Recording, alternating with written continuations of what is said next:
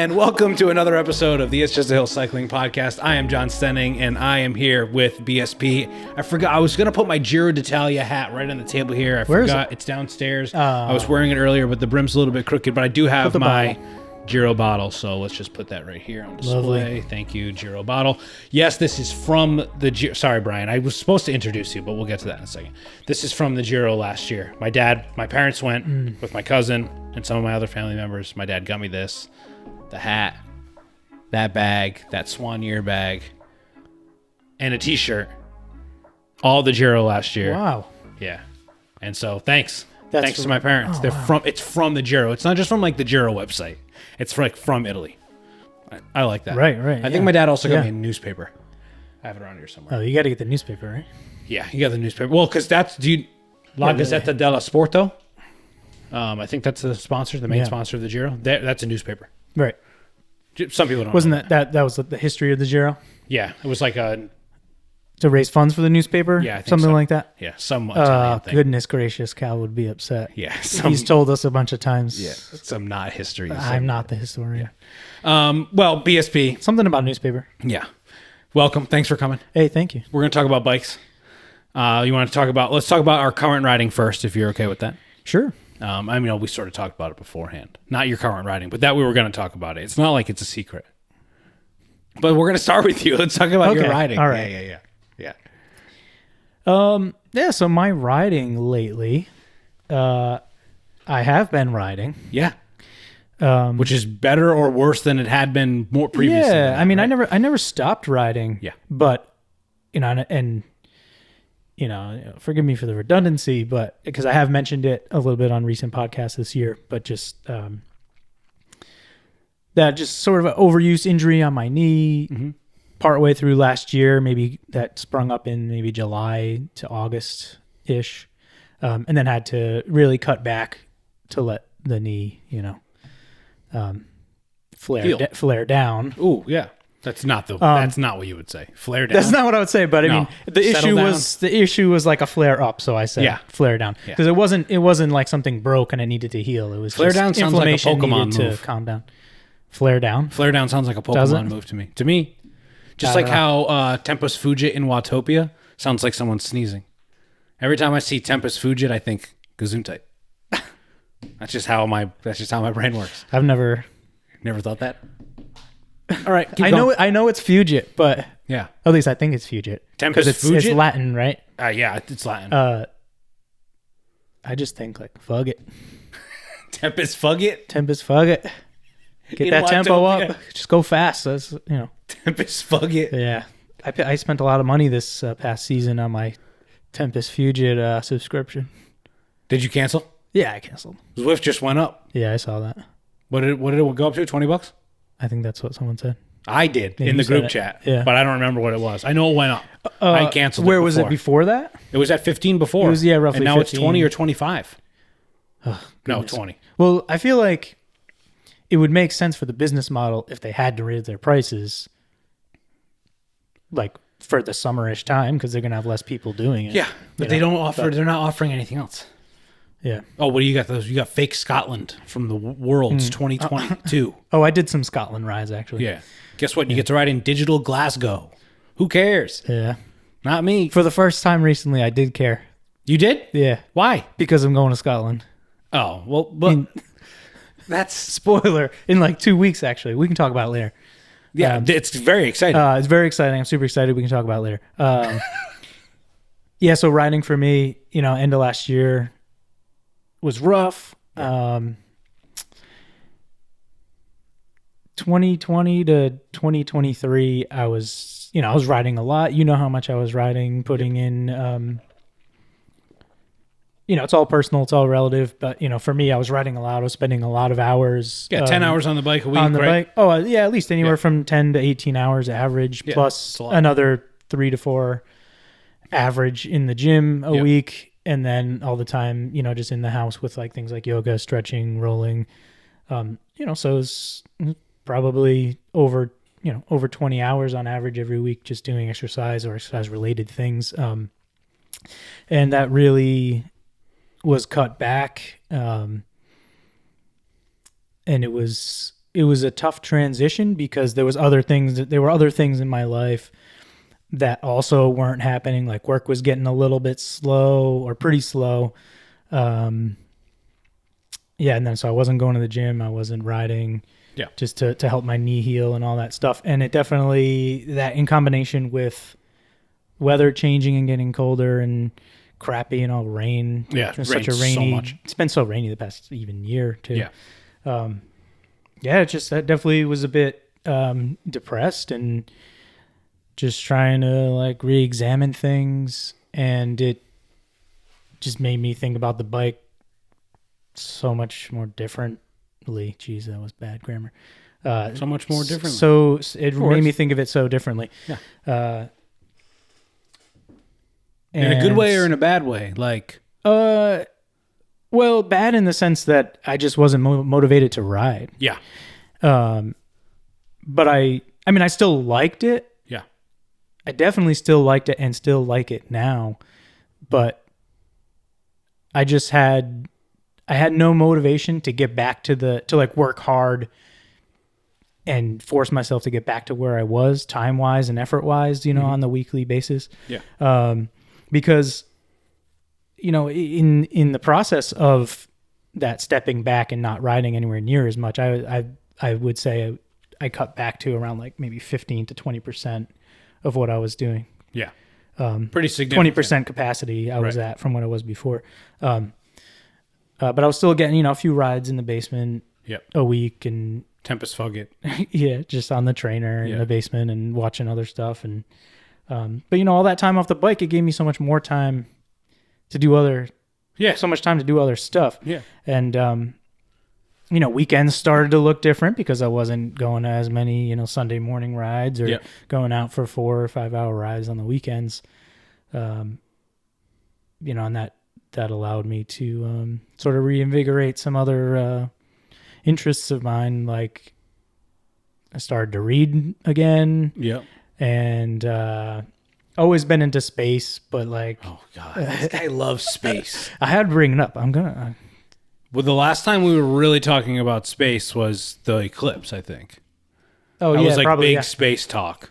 Yeah, but everyone was into that. Yeah, that was everyone. That was kind of just Yeah, but so I started to like really dive even further than I ever have into like just like astronomy and astrophysics. Is this your announcement for your space podcast? No, the Space Cast? I wish. The That'd be amazing. Cast. I don't know enough. Space is too fucking big. We don't even know about the ocean, dude. I feel like I've heard that a bunch of times. We're like, we know more about the moon than we know about the floor of our own ocean. Is that true? I've heard shit like that, but like, because they can map that. I don't know. They can map the I don't moon. believe it. Even though there's one side of the moon that's just dark all the time. Seems kind of sketch. Sketch? What do you mean? It's sketch. It's always dark. It's always dark. Yeah. But that's just Pink the way Floyd's it write is. songs about it. That's just the way it is. It's just the way it is. It'll never be the same. It's tidally locked, and it's just the way it is. But we know what it looks like. We have imagery of it. Yeah, we can get cameras over We know all about it. But they got to bring their own flashes. We just don't go there. Oh, because it's too cold. It's too cold. So you want to go to space? Yeah, I mean, I would. Would you go? Yeah. Would you go to the moon? Yes. Would you go to the moon? Yes, hell yes. Would you go to the moon if you couldn't come back? I mean, can I live safely? You can live safely. You can bring your loved ones. No, I don't think I would. When the loved ones part? Is that what you said? No. Like, I'm just thinking about it. I would go to the moon. Yeah, but you'd want to come back. But I would definitely want to come back. Okay. In probably like maybe a month. It takes like 3 weeks to get there. No, 3 days. A few days. Yeah. 3 days. Yeah. Yeah, but anything past the moon really is like too far. Yeah, you want to go to Mars? The next thing you're gonna do is Mars. And you know how long a trip that is? That's a long trip. That's like 3 years. And then you got to be there until it's a good time to come back again. Yeah. So in total, it's just like the isolation aspect of it is too much for probably. Yeah, but what if you're traveling 99% in like a cool Star Trek ship handle. With friends? Yeah, just a massive ship. Yeah. That's a different story. But the way technology stands right now, Because, I mean, if you start talking hypothetical, yeah, the universe is the limit. You know enough. You know enough to have a space cast. Maybe in the near future. All right.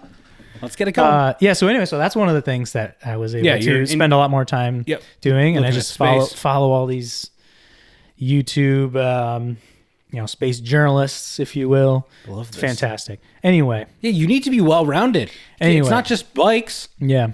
I think that's a good point. And that's sort of what happened over the winter for me. It was just like, well, yeah, I can't keep up every year for the rest of my life riding 15 to 20 hours a week, so like what's life going to look like, I'm riding in the near future. I'm riding my bike into my grave, my friend. Oh, I mean, I want to ride my bike. Yeah. For the rest of my life. Yeah, but it's just not. It's not sustainable. But what's that relationship look like? Sure. What's the timing of it look like? It changes. Changes for everyone. So, I'm also. Well, I'm just like in a phase. Even now, I'm definitely in a phase of trying to figure out what my relationship to the bike and exercise in general is. Sure. Going forward, because what this winter showed me was, just a revitalization of other things that I'm interested in. And I like the idea now of having a different balance and being able to work a lot of different things in. And that's where I got sidetracked too, was talking about my weekends looking different. Mm-hmm. And like, I've just been doing like different stuff with the family, and like Danielle and I have been exploring other things to do with our time. Doing some like nature cleanups and things like that. And just to be able to have some of those large chunks of time that I would have spent cycling to do other things with other people has been a nice little change. It was a nice little refresher. And that's not to say you like spending time with other people. Yeah, I like spending time with other people. You're a social butterfly. No, I'm not a social butterfly at all. Okay. But I was going to say that it is enriching. Right? That's not to say enriching things. Oh yeah, absolutely. Yeah. But that's not to say that I didn't and don't enjoy spending time with you. Well, you're here now, and the other people that we ride with on the weekends. I love it. It's fantastic. I really enjoyed getting to know everybody that we ride with, and talking with them. That will always change. I think that's something that that's always like rolling and fluctuating. Yeah, that's something like I had to come to terms with, Yeah. And like even some people that we started the club with, I haven't ridden bikes with in 5 or 6 months. You know, shit changes, right? Yeah. It doesn't mean that like friendships end. Yeah. But like, and hopefully not. No, hopefully not, right? But it depends on like how you continue to be friends, right? Because we've known each other a long time. Bikes brought us closer together. Mm-hmm. I think bikes continue to sort of maybe be the catalyst of like why we talk as much as we do. Sure. But I'll listen to you talk about space forever. I'm going to be the first subscriber for your podcast. So, but you know what I mean? Well, it's like, thank you, John. Oh, you're welcome. No, but yeah, it's like, you know what I mean? Like there's a lot, and I think I've said it before in the podcast. Like, I mean, I spend a shit ton of time on my bike. But there's a lot more to life than riding bikes, and there's a lot more, and especially if you're seeking other enriching things, I just like personally love to ride my bike so much still, that like I seek that out a lot. Yeah. And that's fantastic. Like, but you're not burnt out. Yeah. With the amount of time that you spend on the bike week to week, year to year so far. Yeah, I think so too. I think I think it's like, I'm obsessed in a way. But it's a relatively healthy obsession. Relatively. I think there are definitely some downsides to like spending so much time. But I'm getting better about like recovering, actually. I'm getting a lot better about like spending time off the bike, incorporating other types of workouts. And I think that's part of the whole journey, right? Mm-hmm. Like, I think that's part of the journey in life in general. But if you want to just talk about bikes, like you can't just go out and do the same ride every day or ride the same way every day, right? Yeah. Or continue to think like, I mean, and like, we're not pros, but like we like to ride hard. We like the rides to be rewarding, right? But I also like rides to be easy. I wanted a nice, easy ride today. I think we both did. You know, there's a lot we want to feel like we're making progress. Yes. But also having a good head about you can't just go 100% hard all the time. And I think that's also something that you've gotten better with too recently. Just being conscious of your cumulative, stress and load, so that when you're not just riding hard all the time, and you're putting more effort into noticing when you should take an easier day. Yeah, I'm spin on the trainer for an hour instead, or go for a recovery ride instead. Yeah, my training for the longest time was unstructured. But now it's becoming a lot more structured. Yeah, and I still don't think I don't think this will be like the year that I've ridden the most. I mean, we're only 5 months into it, but I still think that year I did like 54 centuries will be like the year that I've ridden the most. Mm-hmm. But I'm not really like trying to compare it to those years, Yeah. But I do think that the type of riding that I'm doing is healthier. I don't know. I guess that's part of like what I want to talk about too. Like I want to like. So do you want to go through the things that you have written down, or do you want to bounce off to like where I am? We can go back and forth a bit, because we are going to sort of talk about our current views on riding and like where we're at, it's peak season. So, so I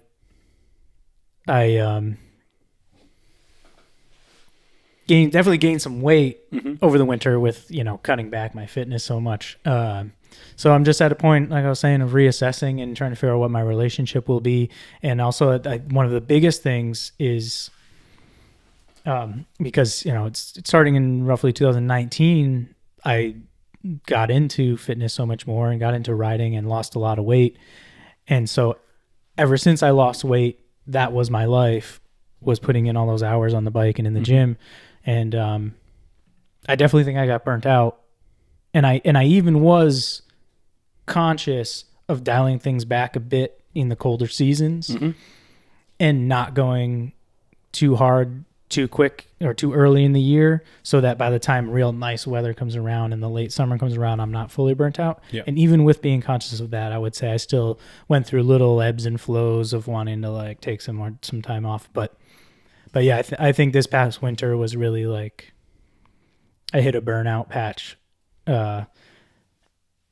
And I think that in combination with feeling depressed about other aspects of my life and self, that all of that came together in a perfect storm, and just provided for a serious lack of motivation to get back on a schedule like that. And even now, like, past couple months, I've been feeling a lot better and have been riding more, but I'm seeing how I can have that different balance of things in my life, and I've really been enjoying it. And it makes me feel like I don't know if I want to ever get back to the amount of hours I was doing on the bike. Because you're worried about getting burnt out again? No, just because you just don't care to. Yeah, right now I'm just feeling like I have a lot of things that I'm into. Between like. So it's a priority thing. It just isn't as high of a priority than it might have been before. Right? If other things happen, like riding will still be a priority. Yeah. It's just maybe a different approach. A different approach to my schedule, and a different organization of my time allotments. Because there's just a lot of things that I do. Sure. With music and work and family, just like anybody has. I mean, we all have stuff. And I've just been enjoying the addition of other stuff in my life right now. But riding is definitely a priority. And the phase that I'm in right now is just figuring out what my life looks like in that regard, and even down to diet itself. I recently saw a nutritionist for the first time. After seeing the number, I had a doctor's appointment, and he's like, "Oh, you gained like 18 pounds this year." Yeah, and which, he doesn't know when those. He probably just thought it was linear. Sure, but in reality, actually, it was like half a year. Yeah, because I was riding like crazy the first half of last year. Yeah, getting ready for Greylock mostly, even though we had other rides like Farmer's Daughter and some other things. We did the Wachusett ride. And, so I was really putting in the time and the effort to get to a certain spot.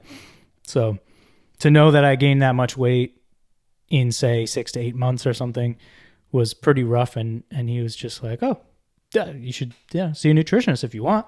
Oh, yeah. And I was like, well, if insurance covers it, then yeah, I'll do that. Yeah. So I've had one appointment so far, and it was just only get an hour with somebody, so it was just a lot of time spent that time just going over what my typical diet looks like day to day, what type of snacks, whatever. Her just getting to know me and my diet and choices and lifestyle. So I've already learned some stuff just from talking with her that one time and the information that she sent me. So now this year is going to be me really trying to figure out what my life looks like for, scheduling purposes of how do I fit in the amount of riding I want to do, which is less than it was before. And then in regards to riding less and exercising less than I did before, what does my diet look like to accommodate that? Because before we were riding so much, I could basically eat anything and I was not gaining weight, which was insane to me. And that was also exciting to me. Yeah. Because I never experienced that in my life. Yeah. So my brain, not even obviously my body too, but also my brain and emotions just got used to being able to eat that much. Sure. So now I have to see what it looks like going forward for sustainability reasons of what does my diet look like day to day and week to week,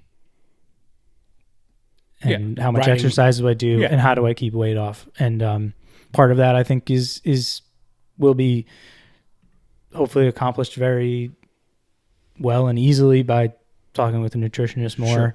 Sure. And I never considered myself like uneducated on food and nutrition, but I think at this point it's down to like fine details and really seeing where the holes are in my knowledge.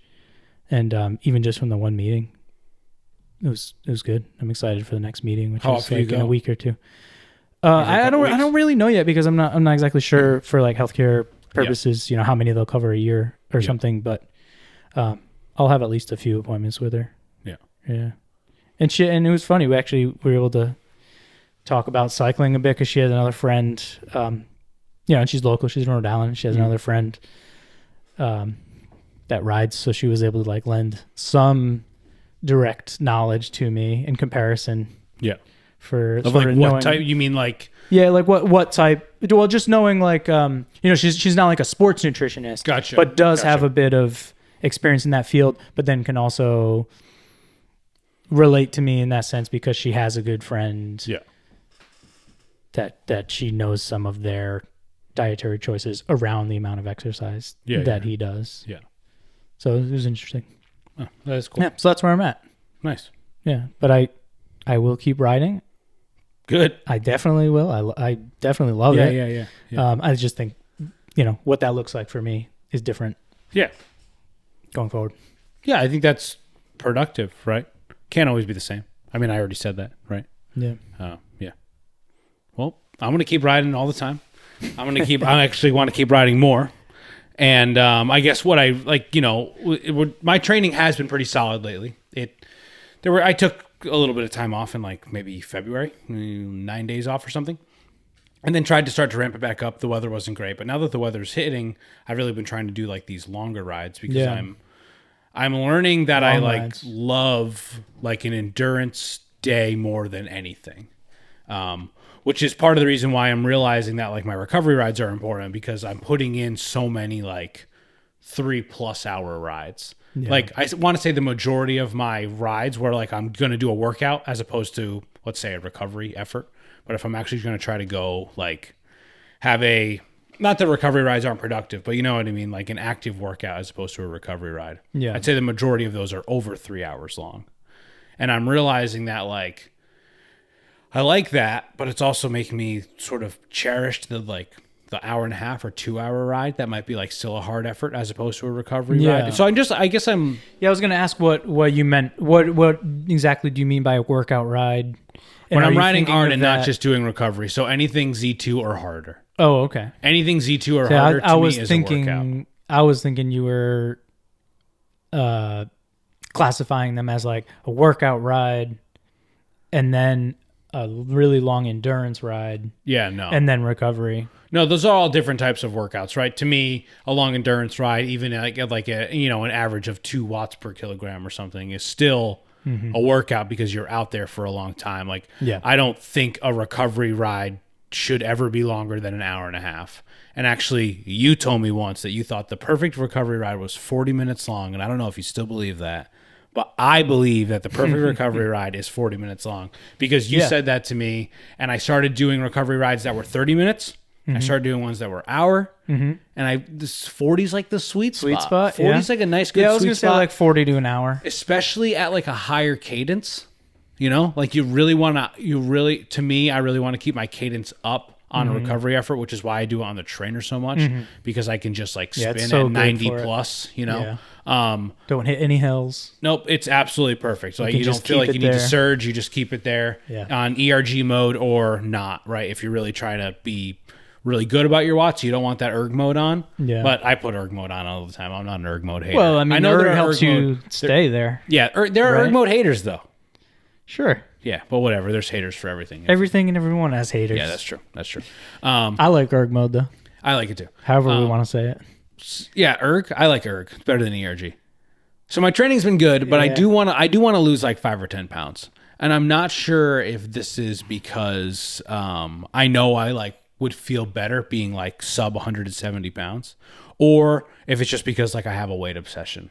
So yeah, I was gonna ask why do you feel like you need to lose weight? Do you have an event? You have events this year that you're prepping for? No. I have events that I'm prepping for, but it really.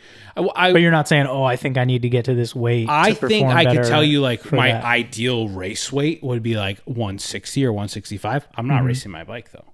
So like, why would I put that type of pressure on myself? It would be easier to do the 2 big rides that I have like on the docket this year as events are Greylock and D2R2. Pretty big, hilly, long days on the bike. Climby, big effort days. I'm good. I feel good, They're going to be different than the rides I do around here because I might only be able to get like 7,000 or 8,000 feet of climbing in 120 miles. And these are going to be types of climbs. Different types of climbs. But like, I feel okay about my fitness. I think that my endurance is probably better than it ever has been. But like, sure. If I had, it's more about like, I look at myself in the mirror or I walk around and I feel like I probably could like, I would feel skinny. I've always had this problem though, right? Like, will I ever really feel skinny? Right. And maybe I've said this on the podcast. I've been saying this for years. Yeah. It's just in public, but, I will consider myself thin when when I overhear a stranger describe me as gaunt. Yeah. That's my theory for actually considering myself like, that guy. Oh, that guy. Oh, don't tell me, please. It's probably going to hurt. No. Yeah, go ahead. Like you have that in your head as like, that could be like some end goal or something. Yeah, I mean, it's that would be like joke, your point. But I also really mean it. That would be the point of like, I've made it to my goal because it happened. But like, you're only gonna, if that actually happens, it's never gonna happen. Not because you won't look it, but because like it's just not so many factors would have to be into place for it to happen in the first place. You to overhear it, whatever. Yeah. But I think if it did happen and you heard it, I think they were lying. I think your main satisfaction would come just from the fact that something that you predicted did happen. Yeah. And then like the next day, it's not like all of a sudden magically you're going to feel fulfilled in your life. No. And be like, I made it. 20 minutes. I finally made it. Yeah, you're going to feel good for just a few minutes. Yeah. I don't want to keep doing this. Oh, no, it's good. The Giro's on currently, so it seems very Italian of you. Turn it over. What do they do? What the fuck? Well, who does that? This is in Italy. Oh. Like, it's good. They don't say something's delicious. They go like that. Really? Yeah. My uncle is from Italy. My aunt married a man from Italy. eaten plenty of meals with this man. I've never seen him do that. I've eaten hundreds of meals with this man. I've never seen him do that. Maybe it's regional. Yeah, you're right. He's from East Sarnia. I don't know anything about Italy. I think that might be near Milan. It's not. I don't know. It's not. I don't know. My dad's gonna be. I'm upset. not Italian. So yeah, I feel like, but 5 or 10 pounds to me isn't much. That's where we were. 5 to 10 pounds isn't much either. I don't think it's like on the unhealthy side. I truly don't. Like, I think if I really wanted, if I was like, I should weigh 155 pounds, like I'm just not that type of body type. Like I have like thick shoulders. I've got fucking wide hips. You know what I mean? I've got baby, what is it? Baby bearing hips? What is it? Yeah. Baby rearing? That's what I have. Yeah, sure. I have hips. Yeah, I've got like, some hip bones. I mean, my first thing I'll say was, my thought was baby making hips, but I mean, it's all related. Yeah, it's all the same. Which I don't think you have, but that's fine. I do, but I also have body dysmorphia. I have like body image issues. I know that. I look at myself in the mirror constantly and think you should be skinnier. But right now, I want to lose 5 or 10 pounds. So that's what I'm saying. Like, am I being delusional? I'm not asking you. You don't need to tell me if you think I'm skinny or fat. I really don't care. I will say, I'm gonna think. I think the same thing about yourself. Yeah, or about me. About me. Okay. About myself. Yeah. I dedefinitely don't think it about you. Well, I don't think that great. About you either. I don't honestly. And that just goes to show you that is the definition of of the body dysmorphia. Body image. I mean, we've talked about it before. And so many people do it. It's not. It's obviously not uncommon. And it's really. I think it too about myself. Only a thing I think about myself. I'm not going to try to sit here and say like I'm like the most woke, open-minded person, but like I don't care if someone else is like overweight. I don't fucking care. Yeah. But I look at myself. I'm not judging anybody. No, I'm not like judging anyone else, but I judge myself so hard. Yeah. Like, we are our own worst critics. Yeah. But I've been reading self-help books. I'm close to getting a therapist, closer than I was last night. Good for you. But I've been reading a lot of self-help books. And one thing that I've been holding on to lately? You are not your thoughts. Think about that. You're not your thoughts. They're just your thoughts. They don't have to be like the truth. They're not the end-all be-all. But like I've got these thoughts bouncing around in my head all the time. Yeah. And listen, if you want to sign up to be my therapist, I will pay you to listen to me talk like this for fucking 40 minutes. Imagine How that. much? I don't know. How much does therapy cost? I don't know. You could pay me less though, and I'll do it. Okay. No, see, I don't think that'd be good for our relationship. No. I also wouldn't be able to be as truthful. I wouldn't do. I'm kidding. No. But I care for you. Yeah. And if we had to, if you really wanted it, I would. Thanks. But you want cash. Yeah, you don't have to pay me as much as a licensed therapist, but 80%. Sure, well, 80. Okay. Yeah. I'll get some quotes from the actual therapist and I'll get back to you. Yeah, make sure you print them out. Have them sign it. Oh, okay. That seems like a lot. So Greylock and D2R2. Yeah. You put in the notes here. You won't be available for the Greylock Vertical Challenge, but you might ride it earlier in July. That's correct. Can I go with you? Yeah. Let's do it. Yeah, let's do it. Let's make that plan. We just have to figure out rest stops. Yeah, that'd be easy enough. Oh, yeah, but I mean, my thought was not to do. Oh, you just want to go and climb Greylock? Ride? Oh, well, I'll do even better. Well, yeah, I want to climb Greylock. Oh my gosh, Greylock, and I want to have a good ride. Let's do it. I'm not saying I just want to go park at the bottom of Greylock and climb up and come back. Sure, but I don't need to do like the 110 mile, 13,000 That's what I thought climbing. At first. You want to do the whole thing? No, I'm not going to do that. Yeah, but I do. I want to have a good ride. Great. What do you think about the Kank? Have you done the Kank at least before? like maybe 50 to 75 miles, something like that. Something in between. Doesn't need to be 110 with 12,000 feet. Because my parents are going to be camping at like a Greylock campground or something. Some whatever. But they'll be up there camping with their trailer camper for like they're going to be there for the 4th of July. Oh.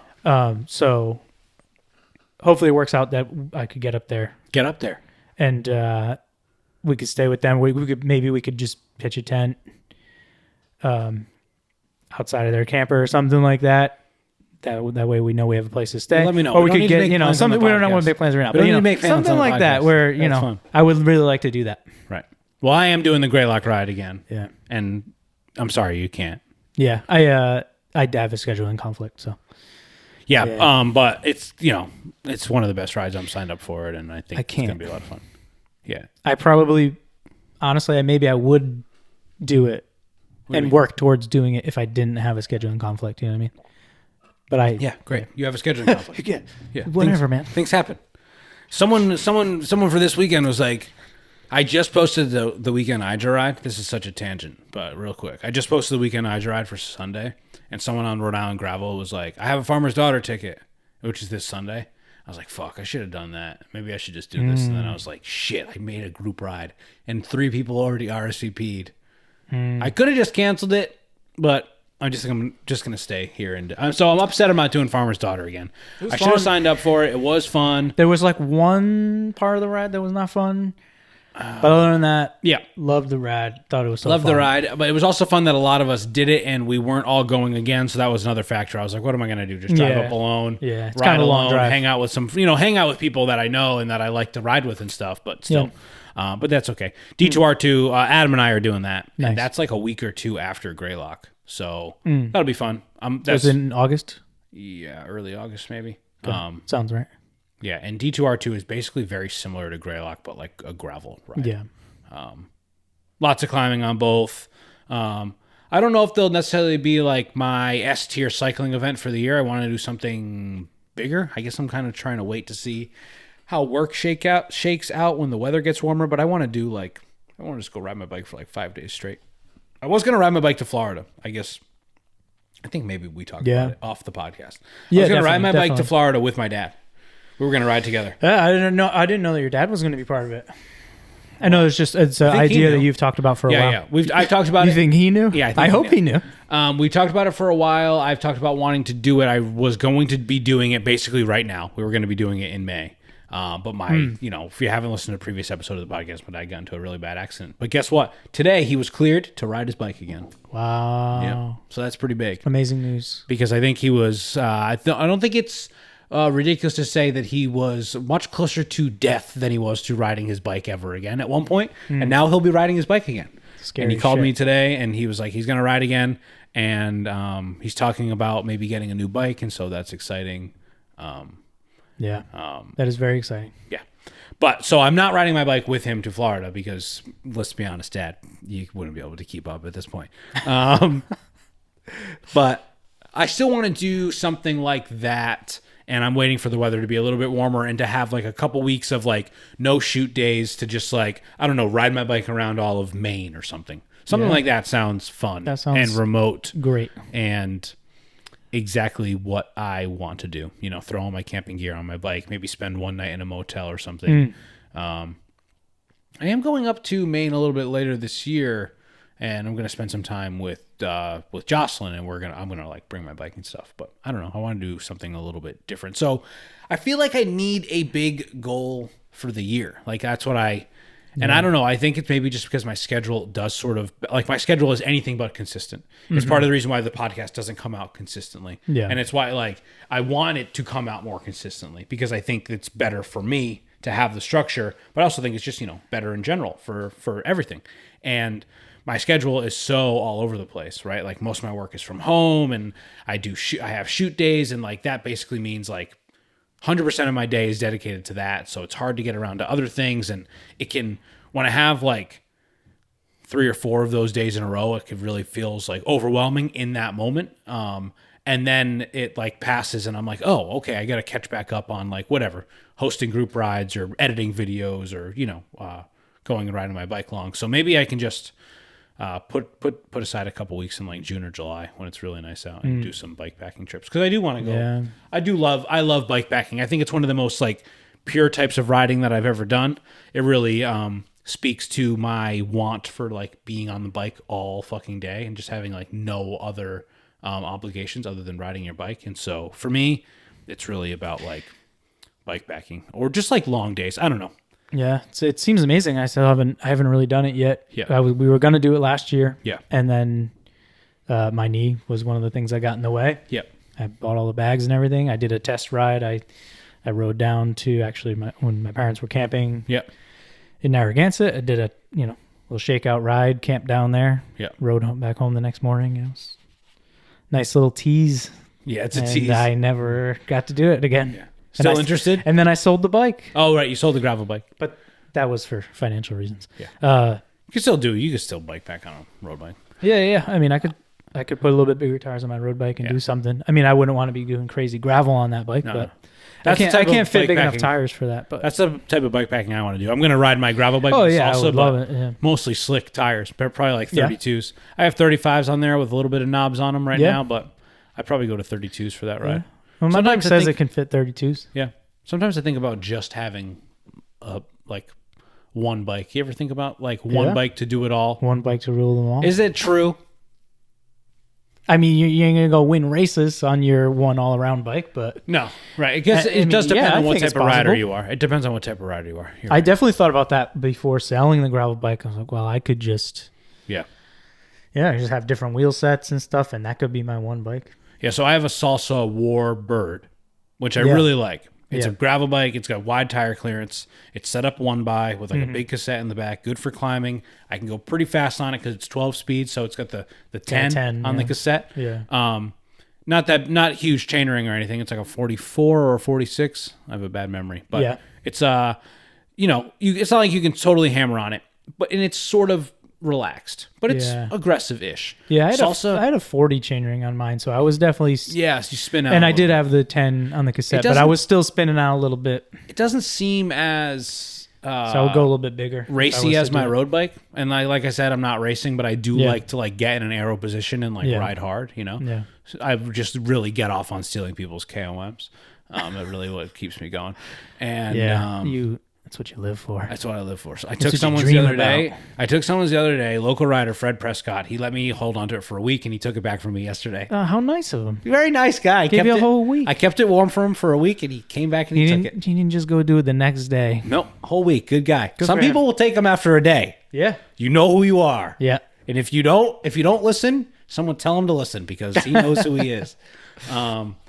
But. I mean, I'm thinking of multiple people, but there's a Salsa makes a war road.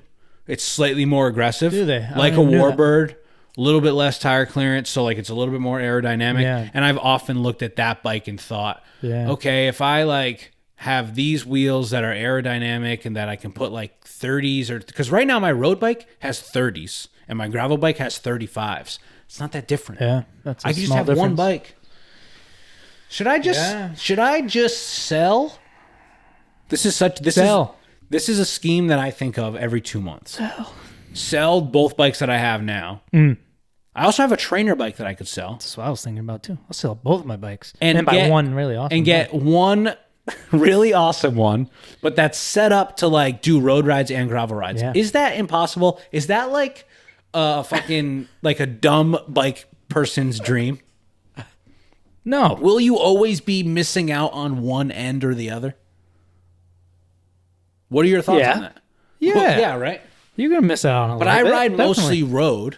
I just want a bike that I can go on bike packing trips with and do random gravel fondos. I don't want to ride too chunky stuff. I don't want to go on this New England mountain bike trails with my gravel bike, which everyone loves to do, but I don't like to do that. No offense, you freaks. They're fucking freaks. I know you really like your road bike. You spend a lot of time on it. It's comfortable for you. Love it. But for me, when I had both a road bike and a gravel bike, I am very comfortable on my road bike. It's not a racing bike or anything. It's technically an endurance bike. Frame. Yeah. But I still found my gravel bike way more comfortable to be on. Yeah. And I don't know if that was had to do with geometry or the way it absorbed shit or just the extra cushion from having different tires on there. I don't know, but I just was very comfortable on that bike. So if I could have a more gravel setup that I could then put on, you know what I need? Different tires, I might be a happy camper. Cervelo Aspero 5 or 6, whatever the new one just came out. It's racy. It's a gravel bike. It's a Cervelo.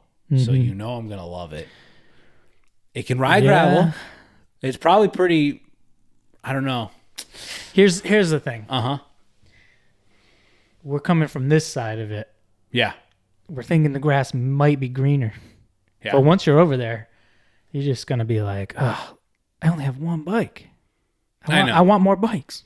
Yeah, I want more bikes. Or when that bike needs service, what if something happens where you got where that bike's in the shop for more than a week, or you got to wait for a part. Great point. Then you might be a little bit shit out of luck. But I mean, you could ride the Client. Not to plug NBX before the plug section of the podcast, but man, they turned my bike around so fast there. I feel so spoiled.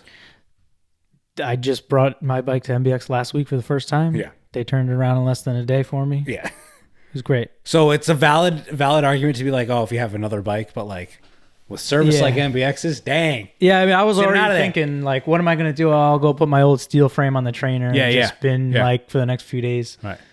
And then they just called me the next morning. They're like, it's ready to come pick it up. Yeah.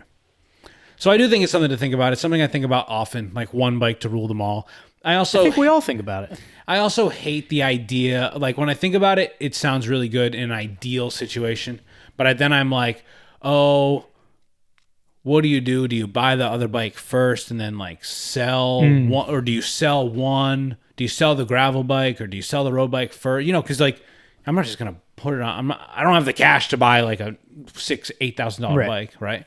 So like I'm not just gonna put it on a credit card. That's stupid. Yeah, so sell the one first that you ride less. Yeah, and then pay for half the bike ish. It just seems messy. Or I guess you could finance the bike initially. Yeah, and then sell, or you know, whatever, and then sell the first bike. Seems messy. It's messy. It's always messy. It's messy. It's like trying to finagle some money saving on a car lease or something. Yeah. It's a lot more money. It's a lot more time and effort than it's worth. Right. But also knowing that I'm obsessed with bikes means it's nasty. Because I'm just going to just end up with 3 bikes instead at the end. Oh, I just bought another bike. Know. Okay. I mean, yeah. But I've been there, though. Yeah. I think it, too. Let's talk about the Giro real quick before we get out of here. A little Amateurs Talking Pros segment. The Giro is in full swing. We're in the middle of it. We're recording this on the first rest day. 1 week is in the books. And it looks like Pog is about to ride away in pink. Does that seem safe to say, as long as it keeps 2 wheels where they're supposed to be on the road? It certainly seems that way. Yeah. Is that not exciting? Because to me, it's been one of the most exciting weeks of the Giro. I know maybe your watching of it has been a little bit more limited. You've been a little bit more highlights. Yeah, mainly the highlights. But Eurosport doing all the coverage for it. Yes. So their YouTube page has been really great, and they are adding a lot. I think they're definitely thinking about the people that can't be watching the full races. Yes, because you can watch the full recap. You can watch like the last few K, or 5K ish, something like that, and then there's other videos of them discussing topics from that day, points from that day. So the coverage is still pretty good, even if you don't have Max and can't watch the whole thing. But yeah, so my watching of it has been significantly more limited than in previous years. Yeah, but it still seems very exciting. Oh, it's been very exciting. I honestly think they're doing a very good job with the recap videos right now, because some other of the tours have just been Grand Tours have been rough, and even just regular race recaps sometimes can be rough. I'm like, why didn't they show me who won that K1 point? Like, oh yeah, why did they not show who won that sprint? Like, what? Are you really invested in the Inter-Giro points? I don't know about invested, but it's the weirdest thing. I definitely pay attention to it. It's very strange. It's just another category. I'd never heard of it before. Oh, well, then actually, I don't know what you're talking about. Inter-Giro. No, don't know. It's not sprint points. It's different. No. It's another classification. Tell me about it. It's where do the points come from? Sometimes at sprint points, but then there are other places in the route that they have the Inter-Giro points. And if that are not regular sprint, they're not regular sprints. Some of them might be on little punchy climbs, or they're not on KOMs either. Really? They're their own thing? Yep. And if you get the most Inter-Giro points in one stage, the next day, your bib number, green. Ooh. Or blue, maybe. One or the other. Yep. Why those colors? I don't know. Because they ran out of colors with the Ciclamino and the Maglia Rosa. They wouldn't just give you pink? No, they don't give you a pink number. Does the race leader have a pink number on top of their pink jersey? The leading team, I believe, has pink numbers. All pink numbers? Yeah. So UAE has pink numbers right now. Yeah, I think so. Interesting. Poggy looks good in all pink. He does look good. He's rocking all pink. Do you know about the controversy of him wearing those Ciclamino style bib shorts? No. So maybe the first or second day that he was in pink, he showed up with like these shorts that like weren't the same shade of pink. Oh, really? They were kind of like Chiclamino colors. And they were to honor, I believe, a soccer team that went down in a plane crash like a long time ago that they were talking about in like stage 2 or 3. And it was like the color of their jerseys. Italian? Or? An Italian soccer team. Maybe in Torino, I believe. But it was a similar color. And they had like this color was very prominent in like, you know, the Mila Chiclamino. And so he decides to wear these shorts. And the UCI said, you can't wear the shorts tomorrow. If you wear them tomorrow, we're going to threaten to ban you from the race. That's what they said to him. Yeah, okay. Yeah. So he wore the regular pink ones for a couple days, and then he wore the all pink skin suit in the TT, and then the next day they said, oh, we've changed our mind. It's okay. The UCI, yeah. And he is wearing these off-color ones, like maybe the most recent day. But everything is pink. It's great. Even the Colnago logo on his bike is pink. The bar tape is pink. His glasses are pink. His helmet. Yeah. I mean, he looks good. He looks great. I'm cool with it. Yeah. I know people get a lot of shit for when they, go all out with the color. Yeah. And cover themselves in that one color. Yeah. But, actually, I'm okay with it this time. He's really embracing it, and I am all for it. Maybe it's just I like pink better than yellow as a color. Maybe. Yeah. I don't know. Yeah. But in Pog, he's just a pretty likable guy. He got a nice smile. He's so likable. Personable. Right? He's so likable. I generally don't love someone that's dominant. I generally root for an underdog. Oh, yeah, definitely. He's great. That's definitely my internal struggle with him. It's just like, but, I don't want someone to run away with it like he always does now. But, and before when I said it's bullshit, that was regarding the UCI taking back what they said, because you know that if you gonna ban Pog from the race, if Pog wasn't in the race and someone else that wasn't as famous or as winning as him was in it in the colors, and they wanted to do something like that, the UCI wouldn't back down. No, so that's bullshit.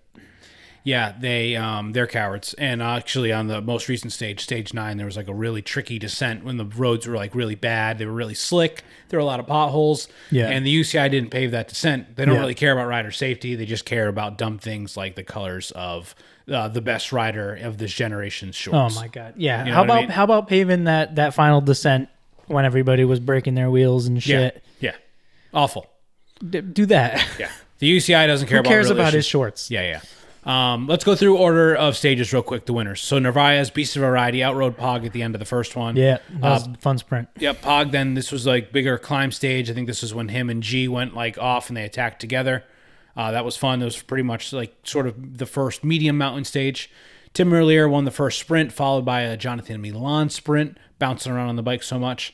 Then Benjamin Thomas, the Frenchman, won in a breakaway. And Pelayo Sanchez. Pelayo Sanchez. Yes. Pelayo Sanchez. I'm pretty sure that's how you say it. Really great attack. Young rider. He won before the TT, which Pog won. And then Pog won the race, the stage after the TT, which was like the real mountain stage. And then Olaf Koy won the sprint in stage 9. So it's been a really fun, exciting race. There's been a lot of breakaway action. There's been a lot of action where you think breakaways are going to go, but certain teams are controlling. Ineos has been really exciting to watch. UAE has done dumb things, but also exciting things, and Pog is just so dominant that it doesn't really matter that they do dumb things. Yeah, I mean, it's kind of like some of their dumb things have just been like controlling too so much. Hard. Yeah, controlling too much, but which then alternatively is making it so certain breaks are happening or things are happening at times we didn't expect. Right. Because other teams maybe didn't expect stuff. that they were going to control for so long or something. So that's provided for. Right. I mean, I don't know. I'm not sure how to see it. I don't think I'm experienced enough with the race tactics and race IQ to really take a hard stance on whether or not I think them controlling so much is bad or good. But it's or how bad is it? You know. Yeah. It's been exciting. A lot of fun riders in the break. A lot of like fun Italians in the break, and EF has been having a lot of fun trying to get into breaks, and Narvaez looked great for Ineos. Pipo had a really nice run towards the end trying to get the breakaway. Yep. And was that like stage 2 or 3? Yep. coming in down on some of those roads that are in Milan San Remo. Yep. That was they caught him in like the last like 300 meters or something like that. He also had a that was great TT. A fun breakaway. He almost had a great TT. Yeah. That TT though, the very ending of it, the pavement. Yeah. What the hell? Rough. My gosh. Yeah, I can't imagine. And those bikes don't seem fun to ride either. To the extent that when Pog comes through and sees that he won, and he cheers, it's actually like a news topic for the commentators that he actually risked taking his hand off the bars to give a little celebration. And it was a pretty reserved celebration, just like one fist pump and then I mean, you could tell he had to get his hands back on. Yeah. But I mean, amazing Pog. Oh yeah, he's amazing. Like to see Pipo.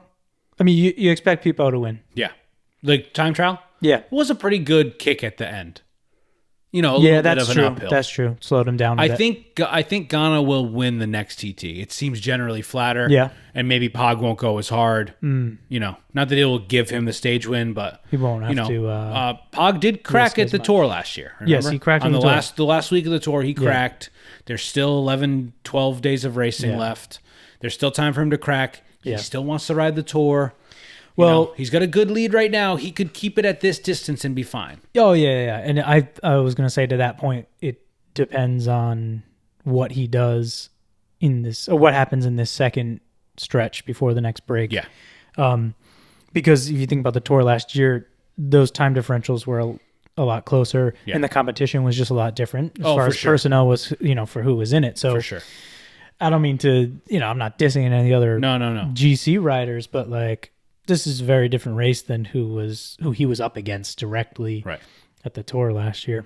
Yeah, that Visma team or Jumbo at the time was so super strong, and like the Bora team here at the Giro and the Ineos team is a different type of team. Yeah. Ineos has looked a lot of fun. They said they were going to be aggressive. They haven't just been trying to get GC for Geraint Thomas. Yeah. Right? They did win that first stage with Narvaez. Yeah. Ghana looked good. Aaronsman didn't look good, but then he bounced back, and they had, didn't they have 3 or 4 riders in the top 5 of the TT? I don't know. Sheffield, Aaronsman, and Ghana were all in the top 5 in the TT. Yeah. Wow, 3 out of 5. Yeah, and G was top 10. Oh yeah, that's right. They were 4-3 too. Yeah, that's right. So pretty solid for them. Not so solid though. Visma, bad luck streak, right? Yeah. Laporte went down 2 days later. He does not start the race. They didn't really have GC hopes with him, but hopefully he could get into a breakaway or at least be a good, solid lead-out man for Coy. Yeah. Coy did win that stage 9, but before that, it was looking like a pretty hurting Giro for Visma so far. Yeah. The most dominant team of the year last year. They won all 3 Grand Tours. Yeah. Their roster is different now that Primoz is with Bora, which did officially announce that there will be Red Bull Bora. Red Bull Bora Hansgrohe, and they're going to be putting out new jerseys before the Tour. Right. But yeah, Coy's win on stage 9 was a really big redeeming factor and a good moment for him. His first World Tour win, right? Yep. I think he's there. Yeah, his first World Tour stage win. He's their real true sprinter, right? Wout can win sprints, and even Laporte can win sprints, but usually reduce sprints and not true sprinters. But Coy's more of the true sprinter. Coy's a true sprinter. Yeah, I mean, that's kind of the big dig for this race with Laporte leaving is now Coy doesn't necessarily have his best lead out man. Right. But it is nice that Utubrix is back in the white jersey. He's in the white jersey. He's top 10, right? Yeah, he's still in the top 10 as well for GC. Yeah. But also he's still really young, and this is his first season, or first full season on Visma. Yeah. Yeah, it's exciting. What do we say we were going to call him? V-Lab. V-Lab. V-Lab. Yeah, V-Lab. Yeah. Yeah. So I'm still rooting for him. You got any predictions? You got any predictions for the rest of the Giro? 12 stages left. Does Pog win it? I mean, yeah, I think Pog wins it. Does G take the podium spot? No. And who's on the podium with Pog? Martinez. I don't know. Who do you think? Danny Martinez. I think Danny Martinez. Yeah. And I pretty solid. Think if G doesn't hold his spot, I do think he will. If G doesn't hold third, I think Tymon Aaronsman can take third. Where is he right now? Rider. I don't know. He had a really good TT. He could have another good TT. I think he's like 5 or 6. Yeah. I think. Yeah. I'm also expecting some good riding out of Tiberi. Ben O'Connor. I'm expecting Ben O'Connor to win a stage, hopefully. I actually feel like I think O'Connor's he's really proved himself this first week. Yeah. And I think if someone else, I think he could be up there for taking a podium spot if G falls out. I bet Quintana does absolutely nothing. And I feel like I haven't even heard his name. One time I saw Quintana getting dropped early. Yeah. And I bet Caleb Ewan, I think Caleb Ewan is, no offense. He crushed me in a race, but I think he's done. He just like doesn't have good positioning. That Jayco team is interesting. Yeah, I forgot he was on Jayco. Luke Plapp is there. He's been interesting. I like watching him. Yeah. He's on Jayco. I think he's an exciting rider. Yeah. He was in the break a couple days ago, or was it yesterday? Yeah. Yeah, maybe yesterday. All right, a couple other big things happened. It's Zulia Woman. Demi Vollering won from SD Works. That means SD Works has won every single stage in the overall of that race for the whole entire time it's been a race for the past 3 years. 22, 23, and 24. They've won every stage. They won every single stage, and therefore they've won the overall. Wow. Yes. Yep. So that's pretty wild. Very, very dominant. That team is going to be broken up next year. Demi Vollering is going to FDJ, Cecily Uttrup Ludwig's team. So that'll be different, and it'll be nice. Wow. And Tour of Hungary just happened. Yep. I know both of us didn't watch much of this. No. Overall win by Thibaut Nice. And you had a little bit something about Wout Poels here. Did you watch it? No, I just saw it in a recap. Yep. Yeah, Tour of Hungary. Where was it airing? It was it airing on Max, I think. Was it really? Yeah.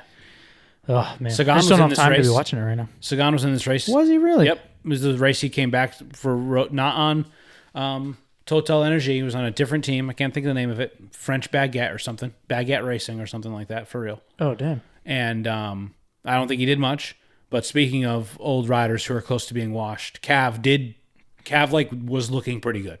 Yeah. His lead-out train was looking pretty good. And he took a win. And this means it's higher than anyone else ever?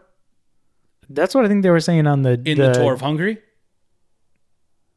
I don't know. I thought they were saying in the GCN recap video for like the GCN Racing recap this week. I didn't watch that. That Cav doesn't have more wins than anyone. No? I thought that's what they were saying, but maybe I was mishearing because I was working at the same time, so maybe I misheard it. I don't know if you they were saying something like, put it in the comments. Cav is officially the best rider of all time now. Wow, because that win took him over a threshold or something like that. Let's move on. But anyway, then also there was a big Wout Poels win, stage win. That's nice. I like Wout Poels. Yeah, me too. He won at the end. He came I think he came in third overall. Nice in the race. Yeah, didn't watch too much of that. Just too much Giro. I've been watching a lot of the Giro, and I really haven't been watching much racing. I watched some of that. It's Zulia Women's, but mostly just recap stuff.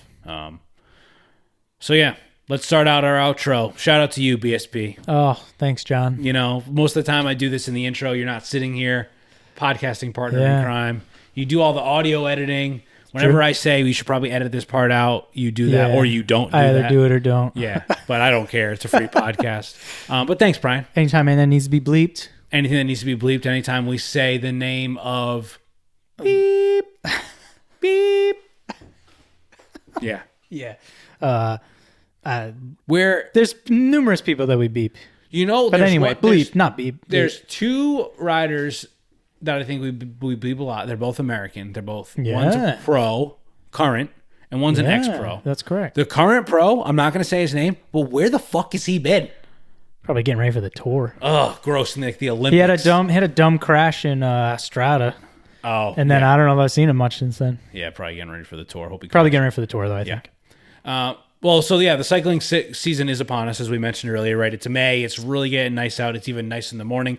If you haven't made a trip to Narragansett yet, I know as a if you're local to Rhode Island, summer hasn't started until you take a trip to Narragansett, right? So you go down Route 4 south from 95, especially if you live like in Kent County, and you take a trip to Narragansett. So when you do that, you should go to MBX. Yeah. Pop off Route 1A. Narragansett. Yep. Go down Narragansett over near Bonnet Shores. They got tons of bikes to browse. Great service and sales team. They just revamped their bike fit studio. We're actually gonna have a video highlighting their bike fitting process at MBX. Mm-hmm. If you get their emails, you just received the MBX email about all the bike fitting that they do.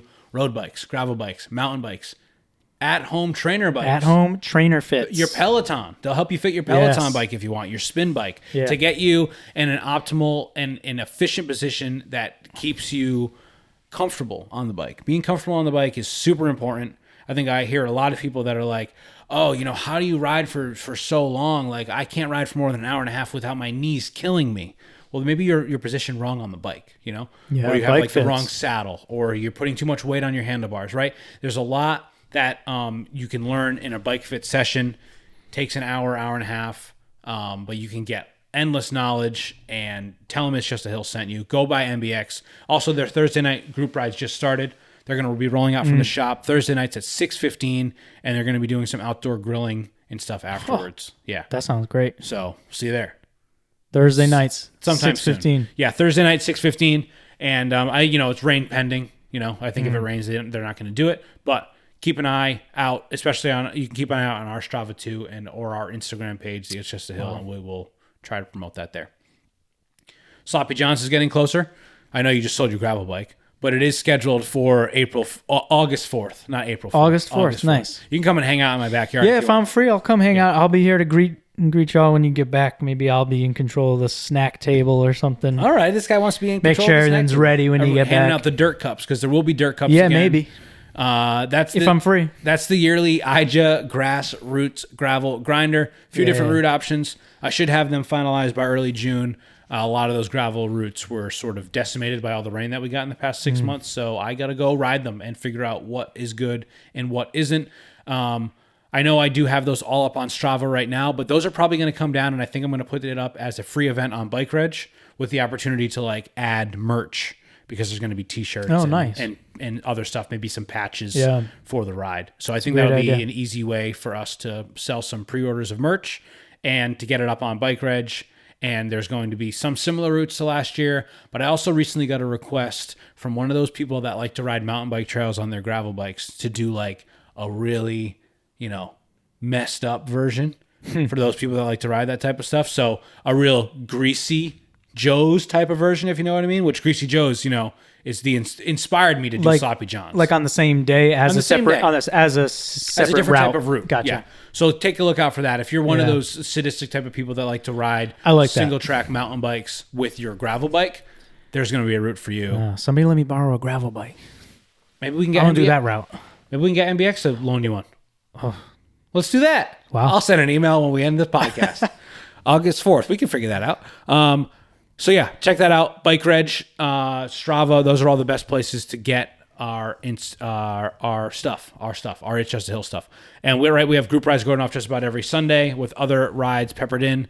There is a new rotating schedule for the starting spot on our group rides. First Saturday of the month is always in Richmond, followed by a ride at MBX, North Scituate on the third Sunday of the month, and North Kingstown for the fourth. Find that on Strava. Brian, thanks again. Thanks for doing the podcast. Thanks for coming. And then if there happens to be a fifth Sunday in a month, then that'll be a wild card. That'll be a wild card. Yeah, most likely a wild card, or I will just take the week off because sometimes I get burnt out on doing group rides. There you go. Or but there definitely will be fifth Sunday of the month wild cards, right? Maybe from Cranston, maybe from We Roast in Lincoln, who they're moving to a bigger location. Yes. Yeah, very exciting. Good for We Roast. Check them out in Lincoln. Still right near it. I believe. Right up the street, right? But it's bigger. Yeah, just a couple blocks down. They're going to be doing more stuff. They're going to be offering more food. The strip. Yeah, the strip mall down the street there. Yeah, across from Honeydew. Yeah, morning drinks. I think they're going to be doing evening stuff there too. More room to sit. Cocktails. Cocktails. So that's exciting. Yeah. Good for Teddy and good for everyone at We Roast. They've always been great to us, and we know they sponsor the CYCM Coffee S Cycling Maybe guys, and so that's great. Anything else you want to say before we get out of here? No. Go Pog. That was Go Pog. Yeah, Go Pog. I think they said Go Pod. Go Pod. Yeah. So you want Pog? Yeah. You good with Pog? I want Pog to win everything this year. I want this to be the year of Pog. 2024 is the year of Pog. It's looking that way, right? The Giro. I would like him to win the Tour. Jonas, I think, is going to do the Tour. I think Wout's going to be at the Tour. I think Remco is going to be at the Tour. So all those are good signs. I want Pog to win that. I want Pog to win Olympics. I want Pog to win Worlds. Is he doing Vuelta? He has not said he's doing Vuelta. But he's going to do it.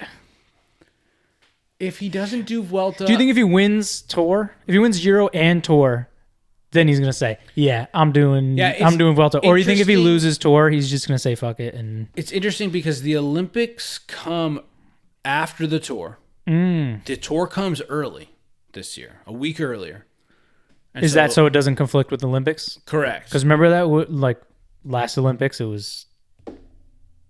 people had to leave the Tour to go to the Olympics. That seemed crazy. Yeah, well, I think some people's like schedule is definitely different because they want to do the Olympics versus the Tour, right? Like Richard Carapaz, for instance. For this year. Yeah, he wants to go and defend gold, right? He won gold at the 2020 Olympics. But he's also probably the GC contender for EF for the Tour, right? He's like their biggest GC guy. So that'll be interesting to see how people deal with that. I mean, it is it's a week after the Tour, I'm pretty sure. Or maybe like 10 days or something like that after the Tour ends. I'm not exactly sure, but... He'd go to the Tour for the first week. That. And then fake an injury. Oh, okay. And then leave. Okay. So he's not just like, oh, all right, I'm leaving now. Right. Because people will do that. Fabio Jakobsen's about to quit the Giro. Yeah. Van der Poel did that too that year. Yeah. That they had the thing. I remember that. Yeah. Because I think he was in the lead or something, or he was having some real big success like in the first week, and then he left. Yeah. To go to the Olympics. He's lame. All right. Well, we ended on. I would rather end on Go Pod. Go Pog. Go Pog. And Pod. Go Pod and Go Pog. Podge. That's the Podg. Tade Podgotcher. Podgotcher. How does Sean Kelly say it? Pogacar. Tadej Pogacar. Tadej Pogacar. Okay. See ya. Bye-bye.